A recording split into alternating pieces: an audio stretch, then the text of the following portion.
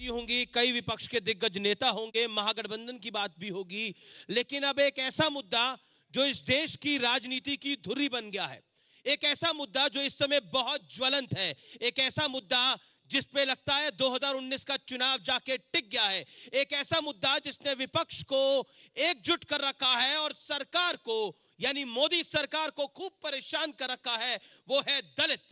और क्या दलित इस समय भारत की राजनीति की धुरी है और ये दलित 2019 के इस चुनाव में किसके साथ है, इस पे बात करने के लिए मेरे साथ कई दिग्गज इस मंच पे मौजूद होंगे। मेरे साथ बहुजन समाज पार्टी के नेता, वरिष्ठ नेता, प्रवक्ता सुधीन भदौरिया साहब हैं। भदौरिया साहब, मेरे साथ भारतीय जनता पार्टी की ओर से गृह मंत्री राजनाथ सिंह के पॉलिटिकल एडवाइजर और राष्ट्रीय प्रवक्ता डॉक्टर सुधांशु त्रिवेदी साहब हैं। मेरे साथ लोक जनशक्ति पार्टी के नेता चिराग पासवान साहब हैं, जो कि मेंबर ऑफ पार्लियामेंट भी हैं।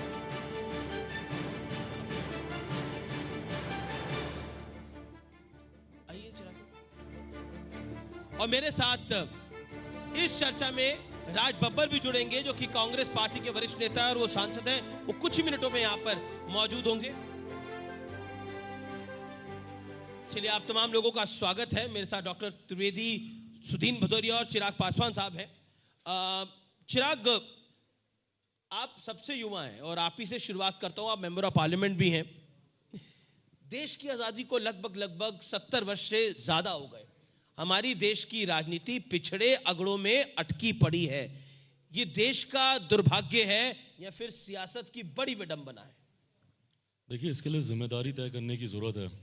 कल पार्लियामेंट में जब अनुसूचित जाति जनजाति प्रिवेंशन ऑफ एट्रोसिटी एक्ट को लेकर चर्चा हो रही थी, उस वक्त भी मैंने इस बात को कहा था कि इसके लिए जिम्मेदारी तय करने की ज़रूरत है। अधिकांश समय जो सरकारें हमारे देश में रहीं, क्यों अभी तक, कल हम लोगों ने पिछड़ा वर्ग आयोग को हम लोगों ने संवैधानिक दर्जा दिया, क्यों आज़ादी के 70 साल के बाद भी हम लोगों को पिछड़ा वर्ग आयोग बनाने की ज़रूरत पड़ी, क्यों आज की भी तारीख में हमें अनुसूचित जाति जनजाति एट्रोसिटीज़ होने वाले के लिए कानून हमें बनाने की ज़रूरत पड़ी, क्यों पिछड़ा वर्ग हो, अनुसूचित जाति जनजाति वर्ग हो, क्यों अभी तक इन लोगों को सामाजिक और आर्थिक समानता हमारे देश में नहीं मिल पाई है? आप कुछ बातें रेलिवेंट कह रहे हैं, लेकिन मेरा जो सवाल था, मेरा सवाल ये था, मैं दोबारा वही सवाल पूछ रहा हूं, क्या ये राजनीतिक विडंबना है या इस मुल्क का दुर्भाग्य है? अगड़े पिछड़ों में जो राजनीति फंसी हुई है, आप युवा हैं इसीलिए मैं आपसे बार बार सवाल पूछ रहा हूं। दोनों है, 15 सेकंड में जवाब दोनों है। राजनीतिक विडंबना भी है और हमारे मुल्क का दुर्भाग्य भी है कि आज भी जो एक्चुअल मुद्दे हैं, जो हमारे देश से जुड़े हुए हैं, जो डेवलपमेंट के एजेंडे होने चाहिए, आप गांव में चले जाइए, अभी भी मूलभूत जरूरतों का अभाव है, पर वहां पर इलेक्शन जातीयता के आधार पर हो रहे हैं। ये विडंबना तो है ही हमारे देश और मुझे खुशी है कि आप इस बात को एक्सेप्ट कर रहे हैं कि ये विडंबना भी है। सुधीन भदौरिया साहब, आपकी पॉलिटिकल पार्टी दलितों के नाम पर बनी, दलितों के नाम पर सत्ता में भी आई और आप कहते हैं कि हम दलितों के सबसे बड़े प्रोधा भी हैं। सरकार हो या विपक्ष, क्या ये सिर्फ वोट बैंक है और इसके अलावा कुछ नहीं है? देखिए, दलित इस देश की सामाजिक सच्चाई है और वो सच्चाई हजारों वर्ष की सच्चाई है। इनके साथ जो जुल्म और अन्याय हुआ है, ये आज़ादी के बाद नहीं हुआ, ये लगातार कई हजारों वर्ष का शोषण और जुल्म है। जब देश आज़ाद हुआ, बाबा साहब भीमराव अंबेडकर के द्वारा संविधान बनाया गया और कोशिश की गई कि समतामूलक समाज बने और दलितों को आरक्षण प्राप्त हो, उनको अधिकार प्राप्त हो और उन पर जुल्म और अन्याय न हो। पर हमने देखा उसी के तत्काल बाद यहाँ पर उन लोगों ने जो बाबा साहब के विचार को नहीं मानते थे, इस दिल्ली शहर के अंदर उस ज़माने की हिंदू महासभा, उन्होंने उनका पुतला भी जलाया हिंदू कोड बिल पर। उन पर तमाम तरह के जुल्म और अन्याय हुए और मैं ये भी कहना चाहता हूँ कि बहुजन समाज पार्टी उस विचार को लेकर बनी जो मान्यवर काशीराम और बहन मायावती जी ने बनाई और वो आज तक, जब वो नहीं रहे, उसके 20 वर्ष तक जब ये विचार ठंडा पड़ा हुआ था, उसको जीवित किया, उसमें जान फूंकी और इस मुकाम पर ला दिया कि आज उन्होंने अपने आंदोलन से 89 में पहले बाबा साहब भीमराव अंबेडकर को विश्वनाथ प्रताप जी से भारत रत्न दिलवाया। उन्होंने मंडल कमीशन 6 महीने यहीं बोट क्लब पर बहन मायावती बैठी थी, जिससे मंडल आयोग और उस समय यहाँ पर चिराग पासवान है, मैं इन्हें याद दिलाना चाहता हूँ, इनके पिताजी भी उस समय विश्वनाथ प्रताप जी के साथ थे। और ये सब तब संभव हो पाया जब इनका अथक प्रयास था। इसलिए ये अब हम समझते हैं कि इसको हम निर्णायक परिणति तक ले जाएंगे। अब मोदी सरकार से क्या तकलीफ है आप लोगों को? मोदी सरकार से तो बहुत तकलीफ हमको केवल नहीं है, ऊना के उन जो दलित हैं उनकी नंगी पीठ पर जिन पर कोड़े बरसाए गए उनसे पूछिए क्या तकलीफ है। सहारनपुर में जो दलित मारे गए उनसे पूछिए कि क्या तकलीफ है। जाकर पूछिए पूरे देश में जब बारात निकाली जाती है तो घोड़े से घसीट बारात आज ही निकाली जाती है 2000 दलितों को, उनसे क्या तकलीफ है? 2014 के बाद बारात लगाने में तकलीफ है या फिर 1947 से तकलीफ है? नहीं, 1947 नहीं, मैं तो महात्मा बुद्ध के समय से कह रहा हूं। पर इन लोगों ने उस विचार को पोसा है, पाला है, और ये लोग, बाबा साहब ने मनुस्मृति को जलाया और ये लोग उस विचार को मानते हैं। ये पोषक हैं वर्ण व्यवस्था के, इसलिए हमारा संघर्ष है, वर्ण व्यवस्था को समाप्त करेंगे हम लोग। सुधांशु, देखिए विपक्ष मुखर है और ये कहा जा रहा है कि दलित का आंदोलन खड़ा होगा और मोदी सरकार निपट जाएगी 2019 में। आपके लिए बतौर प्रवक्ता नेता ये कितनी बड़ी चिंता है? क्या हम ये मोदी सरकार के आखिरी 8 महीने देख रहे हैं? देखिए, अभी भदौरिया जी ने, जो बहुत वरिष्ठ और आदरणीय व्यक्ति हैं, उन्होंने जो बात कही उसमें विरोधाभास स्वयं दिख गया। एक तरफ क्या कहा, हजारों वर्षों से चली आ रही व्यवस्था और समस्या 4 साल में आ गई।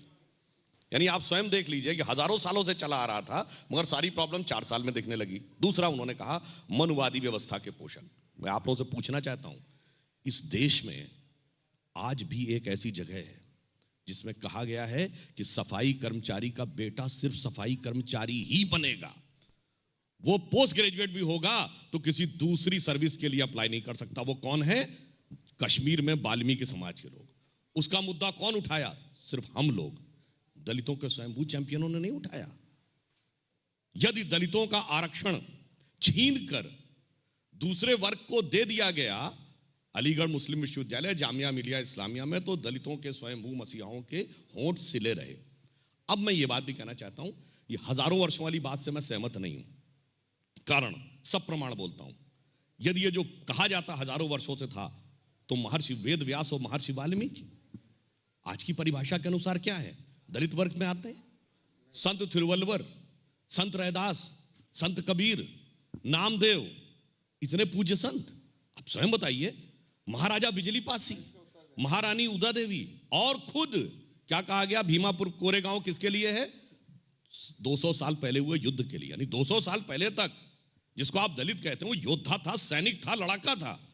गुलामी के काल का वो कलंक जो हम धोने का प्रयास करते हैं, क्योंकि हमारी सोच है अंत्योदय, अंतिम व्यक्ति का उदय। हमारी ये सोच है उगा सूर्य कैसा कहो मुक्ति का ये उजाला करोड़ों घरों में ना कुछ कहना चाह रहे हैं? अब मैं ये इसमें सिर्फ एक वाक्य कहना चाहूंगा, 10 सेकंड। 10 सेकंड में आपसे सिर्फ ये पूछता हूं, दलित बस्तियों में काम करने वाला देश का सबसे बड़ा संगठन कौन है? Seva Bharati, which is an RSS affiliated organisation. Scheduled tribes के बीच में काम करने वाला सबसे बड़ा संगठन कौन है? Vanvasi Kalyan Ashram, which is an RSS affiliated organisation. ये होता है शांति से काम करना। और इसका उलट क्या होता है?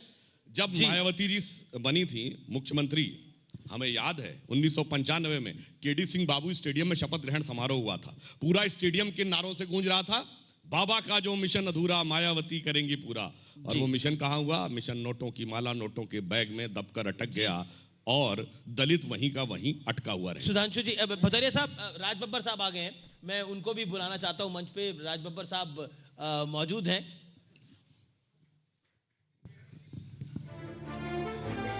बिल्कुल बिल्कुल। राज बब्बर साहब मेंबर ऑफ पार्लियामेंट है, कांग्रेस के वरिष्ठ नेता हैं और बॉलीवुड के एक्टर भी हैं। भदौरिया साहब, आप अब जवाब दे दीजिए। कि हाथ कंगन को आरसी क्या और पढ़े लिखे को फारसी क्या।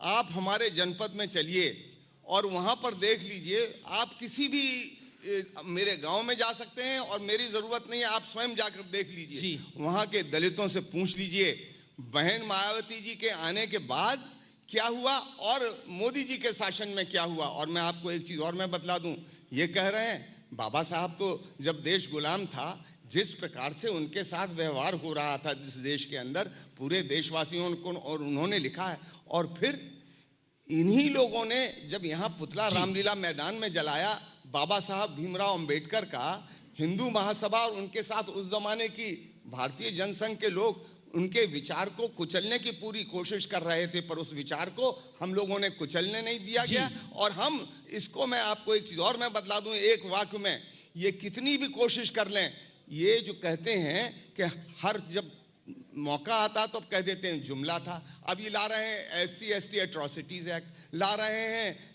कि हम पिछड़ों को एक कॉन्स्टिट्यूशनल तो आप तो कह रहे हैं हम पिछड़ों के साथ खड़े हैं। ये लोग नहीं, इनसे जब पूछा जाएगा कि लागू क्यों नहीं हुआ, तब कह देंगे वो तो जुमला था।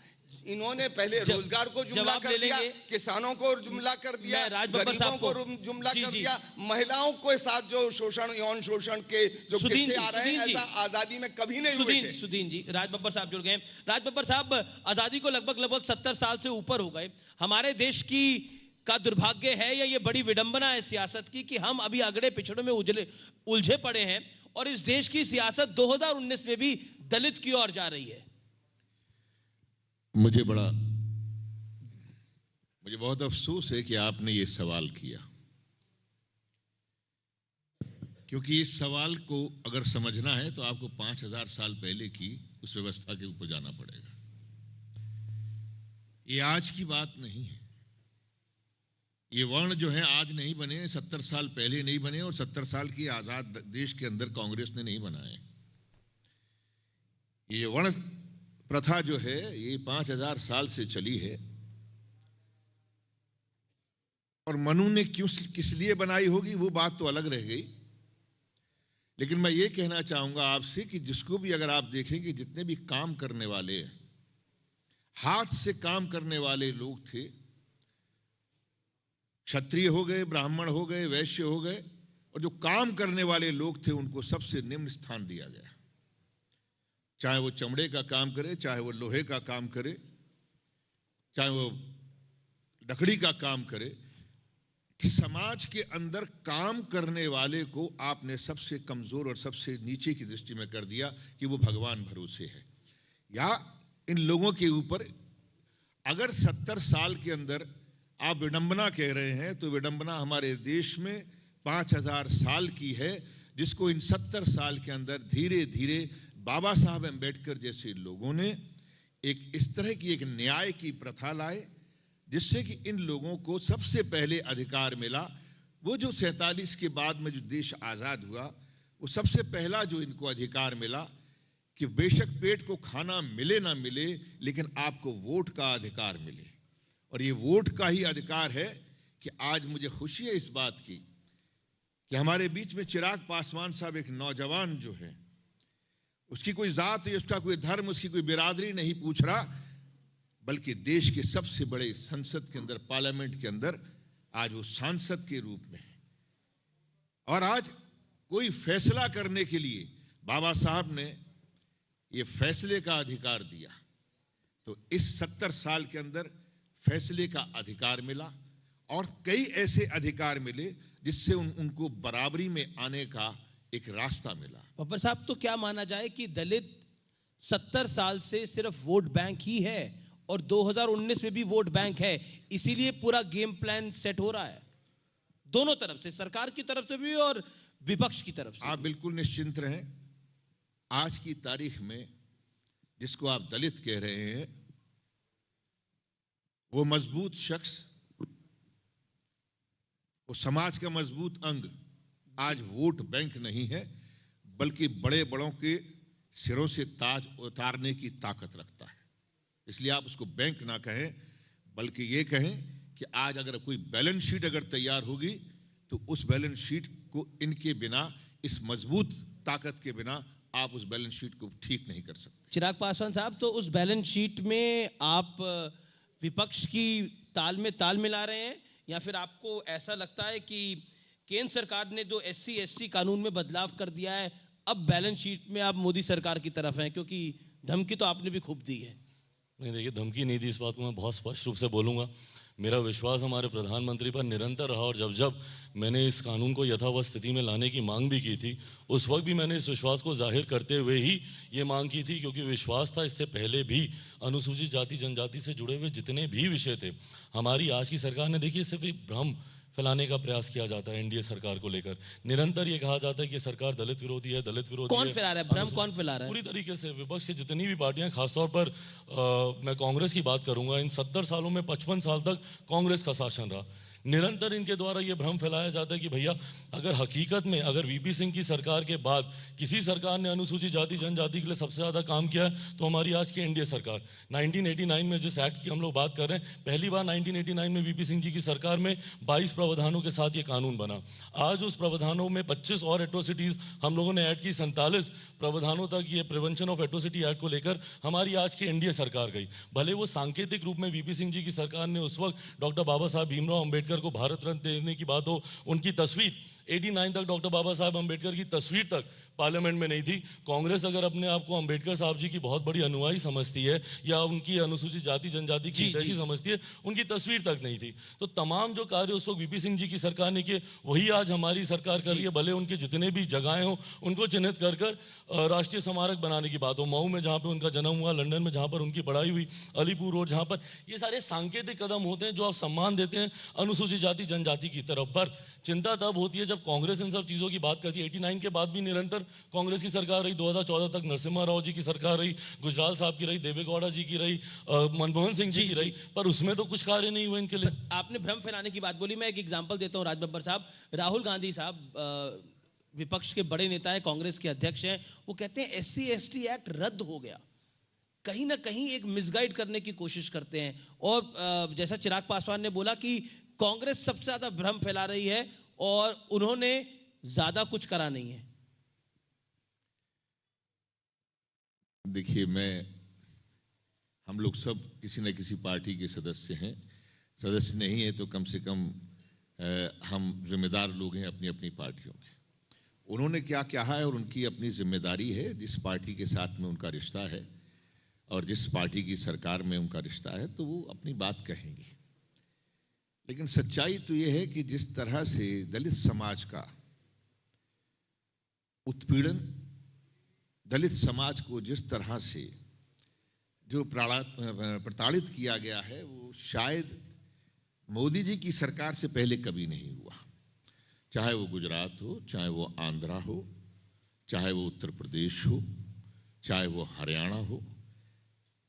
ये सवालों के उलझाने में कि राहुल जी ने क्या कहा है, इस सवाल राहुल जी का नहीं है, इस समाज की वो तमाम उन लोगों का है जो आज खड़े हो चुके हैं। पर SC ST एक्ट तो रद्द नहीं हुआ था, फिर क्यों कहा गया रद्द हुआ? SC ST एक्ट जो है वो रद्द जैसा ही हो गया था कि जिसकी पैरवी नहीं की जाए, जिसको एक लचर पैरवी के साथ में खड़ा किया जाए और ये आने वाले कल में जब ये माहौल पैदा कर दिया जाए कि जो RSS के मुखिया बोलते हैं कि आरक्षण खत्म हो जाना चाहिए, तो ये तमाम चीज़ों को सामने रखते हुए उसकी तैयारी थी। अगर कांग्रेस पार्टी ने, अगर राहुल गांधी जी ने अगर इसको बहुत एक मजबूती से ना उठाया होता तो हाउस से लेके और बाकी पार्टियां तमाम जो अपोजिशन, मैं सिर्फ ये नहीं कहूँगा कि कांग्रेस, तमाम अपोजिशन इस इशू पे इकट्ठा हुई और तमाम पार्टियों ने जब बीजेपी के ऊपर दबाव बनाया तो आज पहली बार जो है वो सुप्रीम कोर्ट में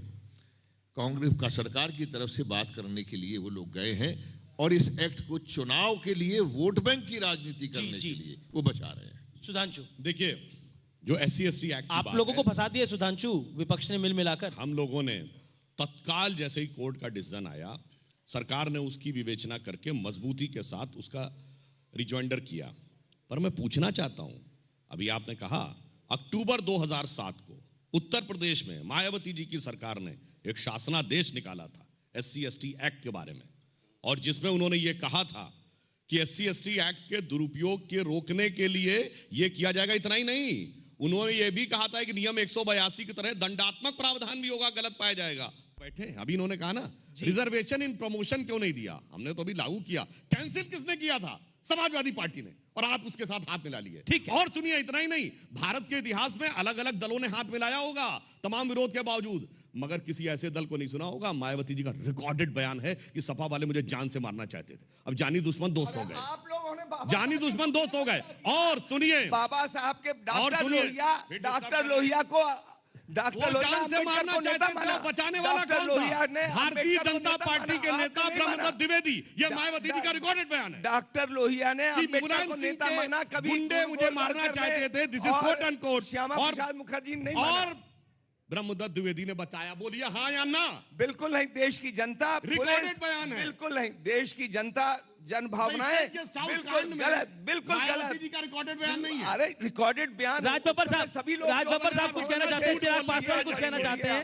अब ये तो भाई देखिए, आपके जैसे वरिष्ठ व्यक्ति से ये बात नहीं एक्सेप्ट की जाती। अपने आप को देश की फौज अच्छा, और राज पुलिस बब्बर साहब और समझते हैं। चिराग पासवान आप साहब, देश की फौज और पुलिस नहीं है, ना संविधान है। मैं चिराग मेरा ये सवाल है, एक बात पूछना चाहता हूँ, जी, इनकी सरकार में कितने दलित एंटरप्रेन्योर क्रिएट हुए, कितने दलितों को नौकरी मिली? फौज पुलिस संविधान आप है क्या? मैं अनुरोध लगता है भदौरिया जी इस समय एक बात जान का लीजिए, सामना करने में सफल नहीं हो पा रहे हैं। अगर आपने आपको संविधान, फौज और पुलिस समझेंगे तो आपके यहाँ ये गलत बात। प्यूनिटिव एक्शन आपके यहाँ, आप कुछ भी कर लीजिए, आपका अच्छा, चेहरा चिराग दलित पासवान, विरोधी है, रहेगा। ऐसे बात नहीं हो सकती ना। मैंने कितनी शांति से बात सुनी और आप बिल्कुल नहीं बोल रहे। अच्छा ये बताइए, नारा क्या होता है? कैसे पार्टी का यू टर्न सबसे बड़ा देखा होगा? एक जमाने में नारा था आपका, जुमले आपके और आप हमसे कर अच्छा रहे ठीक है, हैं। जुमले और नारे हो गए, बाकी जुमले और यू सुधांशु मैं टर्न आपको मौका दूंगा। आपके। ओके, बेरोजगारी नहीं दूर कर सकते। भदौरिया साहब, भदौरिया साहब, एक वाक्य तो कहूंगा। अच्छा भदौरिया साहब, देखिए आप दोनों वरिष्ठ हैं, और प्रपंच नहीं चलने नहीं, झूठ और प्रमाणित बिल्कुल नहीं चलता, लेकिन एक सवाल, एक सेंटेंस, एक सेंटेंस एक जमाने में नारा होता है झूठ और प्रपंच नहीं, क्योंकि आप लोग शूद्र, पशु, ढोर और नारी ये सब है जी, ताड़न जी। के अधिकारी। ये सोच रखने वाली पार्टी। ठीक है। शूद्र, पशु, ढोर और नारी ये है सब ताड़न के अधिकारी। ये है आपका सोच। अब मैं बोल सकता हूँ एक वाक्य तो बोलने देंगे। अच्छा एक वाक्य बोल लीजिए, एक वाक्य 10 सेकंड। एक जमाने में नारा था, तिलक, तराजू और तलवार, इनको मारो जूते चार। अरे मान लिया सेंटेंस वो फिर आप डिस्टर्ब कर रहे हैं। मुख्यमंत्री और जब इसीलिए माना अपना था क्या? मुख्यमंत्री इसीलिए माना था आपने? भदौरिया जी आप क्या कर अरे रहे हैं? भाई आपने मुख्यमंत्री, मेरा वाक्य तो पूरा होने दीजिए। और जब अपना हित बदल गया तो नारा क्या हो गया? ब्राह्मण शंख बजाएगा, हाथी बढ़ता आप जाएगा। ताकि वाह भाई वाह। और सुनिए, 2007 में नारा क्या था? सर्व समाज भी चाहते हैं, हम उनको भी चाहते हैं। नहीं, अब आप गलत बोलते नहीं, आप ये नहीं। एक जमाने में बसपा का नारा, चढ़ गुंडन की छाती पर, मोहर लगाओ हाथी पर। और आज आप गोदरा करें, वो किसके लिए था? गोदरा सपा करें के लिए। आप और आज क्या नारा हो गया? मुजफ्फरनगर करें, लिंचिंग करें, वो बहुत अच्छा ठीक है, अब आप दोनों राज अच्छा। सर, मैं भाई या तो आप कंट्रोल करिए। नहीं, मैं तो कंट्रोल कर रहा हूं, पर कंट्रोल में कहा रहे हैं अब नारा जानते क्या हो गया? इनका लिंचिंग राज सब गुंडे गलत है, इनका हाथी पे चलेगी गोली छाती पे। लिंचिंग राज ठीक है आपका। अच्छा, और दूसरी बात, चिराग पासवान, होने दें। चिराग आप चाहते हैं नहीं, मायावती ये जी चाहते हैं कि लिंचिंग हो, हम लिंचिंग नहीं होने देंगे। एक वाक्य तो कटिबद्ध ना, लिंचिंग नहीं, आपके लिंचिंग को हम नहीं चलने देंगे। अरे लिंचिंग मत चलने दीजिए, वाक्य तो पूरा नहीं, ये विचार का, चाहे विचार का लिंचिंग हो, चाहे विचार का लिंचिंग हो, वो भी नहीं चलेगा। हाँ, विचार का नहीं चलेगा। विचार मायावती का जी, लिंचिंग बिल्कुल नहीं चलेगा। ये मंच इसके लिए नहीं कि आप विचार का लिंचिंग करें यहाँ। मायावती जी ईश्वर के नाम की शपथ नहीं लेती हैं, मगर मंच से खड़े होकर नारा लगता है, हाथी नहीं गणेश है, ब्रह्मा विष्णु महेश है। अच्छा ठीक है, राज बब्बर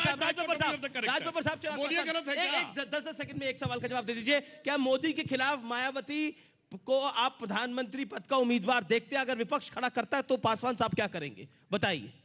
देखिए, हमारे राष्ट्रीय अध्यक्ष तो खुद ही पहले कह चुके हैं कि 2019 में प्रधानमंत्री पद की कोई वैकेंसी है ही नहीं। 2019 में पुनः हमारे आज के प्रधानमंत्री फिर से देश के प्रधानमंत्री बनने जा रहे हैं, और उनके साथ पूरे समाज का उनको समर्थन है। ठीक है, ओके। राज बब्बर साहब, मायावती को बतौर प्रधानमंत्री आप देखते हैं 2019 में राहुल गांधी से ऊपर? से बात कर रहे हैं जी, और कांग्रेस का एक जिम्मेदार शख्स होने के नाते, सदस्य होने के नाते, मेरा अगर कोई प्रधानमंत्री का कैंडिडेट है, कांग्रेस का कोई कैंडिडेट है, तो वो राहुल गांधी है। लेकिन जब राहुल गांधी जी ने स्वयं इस बात को कह दिया है कि हमारा पहला लक्ष्य प्रधानमंत्री की रेस नहीं है, हमारा पहला लक्ष्य किसी भी तरीके से जनता के उस जो एक आज की तारीख में जो उनकी चाह है, जो उनकी उम्मीद है कि बीजेपी को सत्ता से हटाया जाए, सबसे पहले हमारा इस लक्ष्य को पूरा करना है। और उसके कांग्रेस बाद प्रधानमंत्री पद को लेकर थोड़ी डरी क्यों हुई है? आप चिंता कभी मत हाँ कीजिए। कहते हैं, कभी ना कहते हैं। आप लोग फालतू में उन लोगों के एजेंडा लेके घूम रहे हैं जो खुद डरे हुए हैं। आप मुझे बताइए, जो कांग्रेस मुक्त का नारा लगा रहे थे, अब कांग्रेस से वो इतना डरे हुए हैं कि रोज कांग्रेस की बात कर रहे हैं, जी जी, है ना। अब इतने परेशान है वो लोग, चिराग तो जिन परेशान लोगों के आप नारे लगा के क्यों उनके उन्वान, उनके नारे, उनके एजेंडे को क्यों आप बार बार बोलते हैं? चिराग कुछ कहना चाह रहे हैं। मैंने कहा महागठबंधन में 1 दर्जन से ज्यादा खुद प्रधानमंत्री के दावेदार हैं। जब आप वो तस्वीर देखेंगे ना, जहां सब एकता दिखाने का एक कर्नाटक, बेंगलुरु कराने का एक कोशिश कर रहे हैं, वहां पर उस मंच पर देखिए मायावती खुद प्रधानमंत्री की दावेदार, ममता बनर्जी जी खुद प्रधानमंत्री की दावेदार, राहुल जी खुद बोल चुके हैं, चंद्रबाबू नायडू खुद दावेदार हैं। तो जिस मंच पर 1 दर्जन से ज्यादा खुद प्रधानमंत्री के दावेदार हो, वहां पर किसी एक का नेतृत्व स्वीकार करना असंभव है। इसीलिए महागठबंधन कभी संभव ही नहीं 15 सेकंड, फिर मैं रैपिड फायर राउंड शुरू कर रहा हूं। मैं एक बात कहना चाहूंगा, बड़ी गलतफहमी है कि आपके मंच से ये तय हो जाएगा कि कौन प्रधानमंत्री, और बहस तो हो जाएगी। नहीं, सुन लीजिए, बहस काय की बहस है? ये बहस थोड़ी है, ये तो ये एक बड़ी ऑर्गेनाइज तरह का ये एक एजेंडा है जो बार बार चल रहा है और हर चैनल पे चलेगा। इसमें कौन सी परेशानी की बात है? और ना तो अगर ये बीजेपी सोचती होगी या बीजेपी के एलाइज सोचते होंगे कि प्रधानमंत्री जो हैं वो मोदी जी होंगे, या पिछली बार मोदी जी बना दिए गए, बीजेपी ने बनाया। प्रधानमंत्री बीजेपी नहीं बनाती है, या प्रधानमंत्री जो है मंचों पर या जो है आज के एलाइज नहीं बनाएंगे, प्रधानमंत्री बनाएगी जनता। और जनता से ऊपर अगर कोई सोचेगा तो मुझे लगता है कि उसका अहंकार है, और वो अहंकार इस जनता के सामने टिक नहीं पाए। मैं अब रैपिड फायर, राज बब्बर साहब ने बहुत अच्छा कहा। रैपिड फायर राउंड देखिए, जी, ऐसा नहीं कि किसी ने प्रधानमंत्री की बात कही। याद करिए, कर्नाटक चुनाव में राहुल गांधी जी खुद ही बोल दिए थे कि अगर कोई परिस्थिति बनेगी तो मैं बनने को तैयार हूं, यानी खुद ही कह दिया मैं तैयार हूं। और हकीकत क्या थी कि वहां तो प्रधानमंत्री विषय ही नहीं था, विषय था मुख्यमंत्री, और बन गए कांग्रेस के उप मुख्यमंत्री, यानी चले थे चौबे छब्बे बनने, रह गए दुबे बन के। अच्छा, फिर जो प्रधानमंत्री पद का दावा था, तो देवगौड़ा जी को छोड़कर किसी का समर्थन ही नजर आया। शरद पवार जी यूं, ममता जी यूं, मायावती जी यूं। तो आखिर में उन्होंने कहा ठीक है, मजबूरी का नाम राहुल गांधी, मैं तैयार हूं। तो उनके लिए वही वाली लाइन आती हुई है कि टूटे हुए ख्वाबों ने ये हमको सिखाया है, दिल ने जिसे पाया था आंखों ने गंवाया है। रैपिड मैं फायर एक जवाब जरूर देना चाहूंगा। मेरे ख्याल से आप लोग इतना तो समझ ही लेते होंगे कि सवाल का जवाब क्या है, वो बात दूसरे की आप दिखाते क्या है, क्योंकि मैं इस मीडिया का आदमी हूं, मैं जानता हूं क्या कहा जाता है और क्या दिखाया जाता है। और ये दिखावा और कहना, उसमें जितना आपने चाहा वो रख दिया। अगर कोई मुझसे पूछ रहा है, जैसे अभी आपने लगा दिया कि मैंने कह दिया प्रधानमंत्री, मैं तो इस बात को कह रहा हूं कि कांग्रेस पार्टी के नाते मेरा ये फर्ज बनता है जी, और मेरा ये धर्म है कि प्रधानमंत्री जो है राहुल गांधी होंगे जी। लेकिन अगर जो भी परिस्थितियां बनेगी, राहुल गांधी ने साफ कहा, यही बात उन्होंने वहां भी कही थी सर कि मैं, अगर मेरी पार्टी ने मुझसे कहा है कि मैं, लेकिन जो भी परिस्थितियां बनेगी, और ये शब्द आपने भी कहा है, और मुझे खुशी है इस बात की कि सुधांशु जी गलत नहीं बोलते हैं, कम से कम उन शब्दों को याद रखते हैं। इन्होंने स्वयं इस बात को कहा है कि बाकी परिस्थितियां बताएंगी। राज बब्बर साहब, ये शब्द राहुल जी ने कहा था सर अब किसके समय जवाब में कहा था? समय फिलहाल इतना ही है, लेकिन रैपिड फायर राउंड का शुरू करते हैं। आपके पास आपको वैसे बड़ी सारी तख्तियां उठाते होंगे, लेकिन ये येस और नो की तख्ती है, इसमें येस और नो का ही जवाब देना है, और मुंह से नहीं बोला, सिर्फ तख्ती उठा के जवाब दे देना है। तो शुरुआत आपसे करता हूं, क्या प्रियंका गांधी जो लोकसभा चुनाव लड़ेंगी, येस और नो? अब नो है, अच्छा कुछ नहीं है, मतलब आप कुछ कह नहीं सकते। चलिए, उसके बाद अगला सवाल, क्या सदन में आंख मारकर राहुल गांधी ने गलती की? सदन में आंख मारकर राहुल गांधी ने गलती करी, येस और नो? आपको क्या लगता है कि मैंने आंख मारकर मैंने गलती की? मेरे पिताजी ने कई बार मुझे आंख मारकर समझाया, मेरे मित्रों ने मुझे आंख मारकर कई बार येस और नो बता दीजिए ना सर। अभी मुझे वहां से एक मित्र ने कहा कि आंख मार के कि ये जो गलत कह रहे हैं वो सही है, बात खत्म हो गई। आंख मारने का मतलब कुछ नहीं होता जी। अच्छा, उसके बाद सुधांशु त्रिवेदी आपकी बारी। क्या मॉब लिंचिंग की घटनाओं से बीजेपी को नुकसान हो सकता है, और बड़ा नुकसान हो सकता है, येस और नो? नहीं, येस और नो बताइए ना। नो।